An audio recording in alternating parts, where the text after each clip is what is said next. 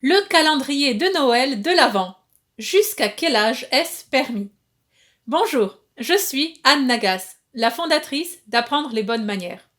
Aujourd'hui, parlons de cette mode récente des calendriers de l'Avent de Noël, bien entendu. Il y a des calendriers de l'Avent de toutes sortes maintenant. Il y a encore quelques années, c'était uniquement des chocolats pour les enfants.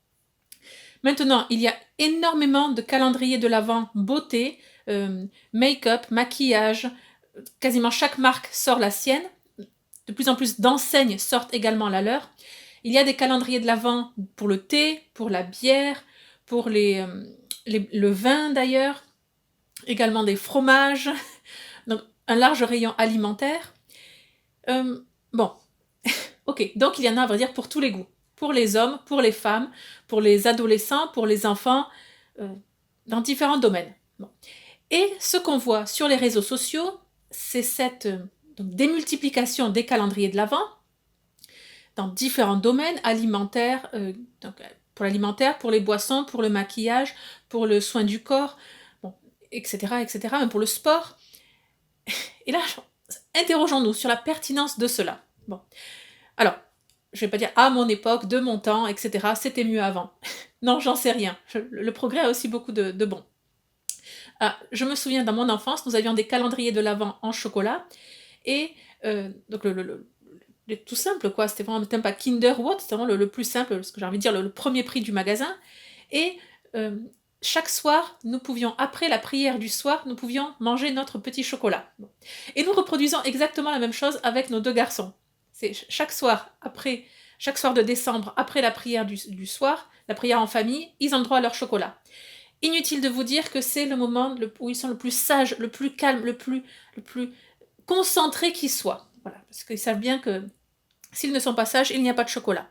Bon, après, il y a également cet effet Pavlov, c'est-à-dire que même en journée, ils peuvent demander de prier dans l'espoir d'avoir un chocolat. Enfin bon, ils sont petits, c'est mignon. Bon, les calendriers qu'on leur achète, c'est, encore une fois, c'est le premier prix. Le but, c'est pas de se goinfrer de chocolat, c'est réellement cette petite récompense, ce petit... c'est pas une récompense, c'est pas la récompense pour la prière, mais c'est une petite note en vue de Noël. C'est-à-dire que les cadeaux ne doivent pas être plus grands avant Noël qu'à Noël. Dans notre cas bien précis, où, vous l'avez vu sur les vidéos que j'ai tournées cette année, où nous n'offrons pas de cadeaux de Noël à nos enfants, donc faire un calendrier de l'Avent qui coûte 30 € alors qu'on leur offre pour 0 € à Noël, ça n'a pas de sens. Bon, vous regarderez la vidéo parce que vous allez vous demander de quoi il est question. C'est une vidéo que j'ai publiée au mois d'août, je crois, justement, totalement déconnectée de Noël, pour qu'on ne puisse pas être dénoncé à la DAS en tant que mauvais parents qui n'offrent pas de cadeaux à leurs enfants à l'occasion des fêtes de Noël. Bon, toutes les explications sont dans cette vidéo. Toujours est-il que pour vous, à présent, en tant qu'adulte, quelle est la bonne limite pour les calendriers de l'Avent? Je vois des calendriers à 100 €, 200 €, 300 €. Et là, à l'intérieur du calendrier, les marques disent la valeur produit est de 200 €, 700 €, 500 €, et le calendrier ne vous coûte que 99 €. Oui, mais enfin attendez, c'est colossal tout de même. Remettons les choses dans leur contexte. L'Avent est un temps de préparation de Noël. Donc, enfin, on n'est pas censé tous les jours recevoir un cadeau qui, mine de rien, enfin, même si c'est un petit tube de crème, quelque chose de petit.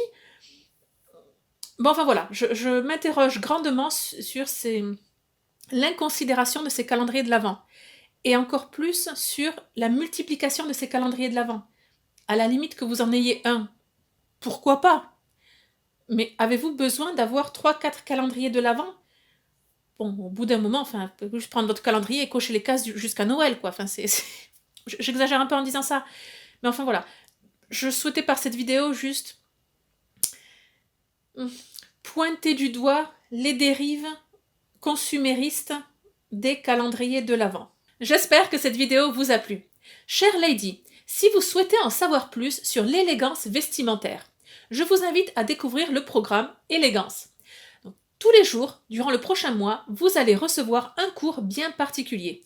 Ce cours, vous l'aurez directement dans votre boîte mail. Le premier peut arriver d'ici 2 minutes. Pour le recevoir, suivez le lien juste en dessous de la vidéo, inscrivez-vous, donc vous me donnez votre adresse mail et tout de suite, le premier cours vous est envoyé. Ce sont des cours d'élégance vestimentaire, on centre vraiment sur le vêtement, moins sur les bonnes manières, moins sur l'étiquette, le tea time, les arts de la table. Non, non, on est vraiment concentré sur le vêtement. Et vous allez approfondir tous les jours, vous allez surtout approfondir vos connaissances, mais déconstruire de nombreux codes, de nombreux impératifs dictés par la société de consommation moderne. C'est un apprentissage, c'est un enseignement assez contre-intuitif par rapport à ce que vous êtes habitué à voir à l'heure actuelle dans les magazines, dans les vitrines des magasins, dans la bouche des blogueuses. Mais c'est extrêmement instructif, ça permet d'ouvrir ses horizons et surtout, c'est le chemin de l'élégance. Donc si vous souhaitez en savoir plus, voilà, c'est très simple et c'est gratuit. Suivez le lien juste en dessous de la vidéo. Je vous dis à demain pour une nouvelle vidéo de ce calendrier de l'Avent des bonnes manières. Abonnez-vous pour ne rien manquer et surtout, n'oubliez pas, la bienséance fait la différence.